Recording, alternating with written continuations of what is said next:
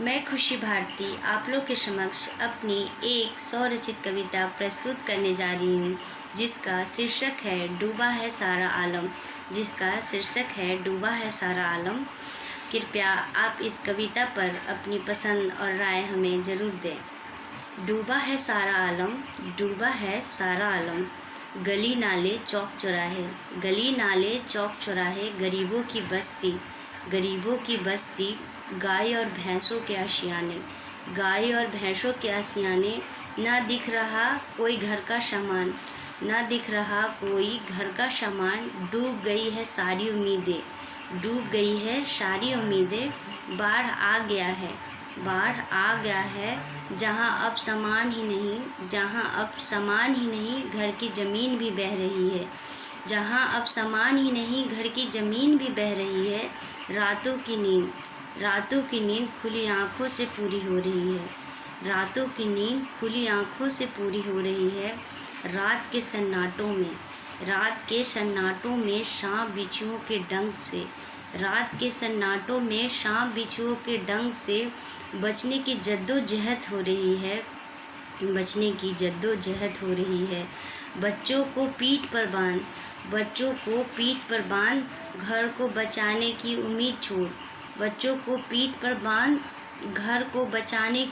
छोड़ अपने परिवार को इस भीषण बाढ़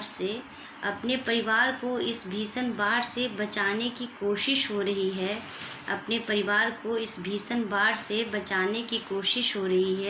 अपनी आँखों से सालों भर की फसल बर्बाद होता देख, खाने का सामान डूबते और बहते देख, बस होठ खामोश हो रहे हैं। सवाल जवाब किया भी जाए तो किससे? अपनी गरीबी से या बेरोजगारी से, या पूर्वजों की दी गई पुश्तैनी, टूटे फूटे उजरे आशियानों से, 2 गज जमीन से, 2.5 कट्ठे की जमींदारी से, जिसके हम अकेले हकदार बन बैठे थे, दिल को हर वक्त तसल्ली देते थे, जीने को हमारे पास भी है कुछ, पर अब ये शब्द भी नहीं है, वो भी डूब गया है, बह गया है। बस अब सरकार से राहत को पाना रह गया है। सरकार के हर साल के वादे के बाद हेलीकॉप्टरों से फिर जायजा लिया जाएगा। अखबार की सुर्खियों में एक बार